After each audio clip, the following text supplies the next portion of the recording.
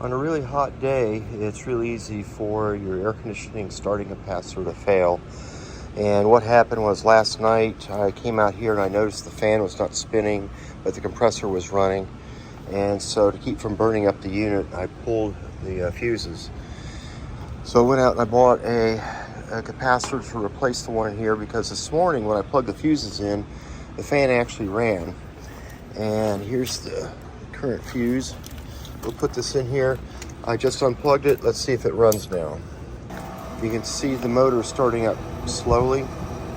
It's taking a long time to get up to speed. And one of the things that I did is I put this air cannon fan right here. I have it on high speed. That way today, with it being 103, 104 out, I would at least have a fan blowing on this coil, even if this fan up here failed. That way I wouldn't burn up the unit. Before you move the capacitor, you want to write down what color goes to which lead. So this is the Herm side, which is the blue lead. That's C, the common. And then the brown and black, that'll be the fan. And just touching this capacitor, it is very warm. Very warm.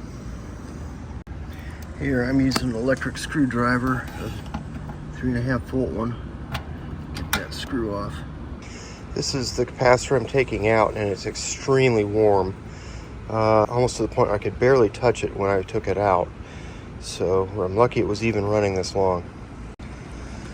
This is the old one, and notice that they had the colors for the capacitor tops, but the replacement, it's all black. So that's why I put the colors up here. So if I orient this to the colors, I have brown, yellow, and blue, which is the, maybe you can see it right there, it says fan. That's a C for common. And then this is the C for the HERM. Because of the way the wire bundle is, I am putting this clamp back on the capacitor so that the wires line up in the right way.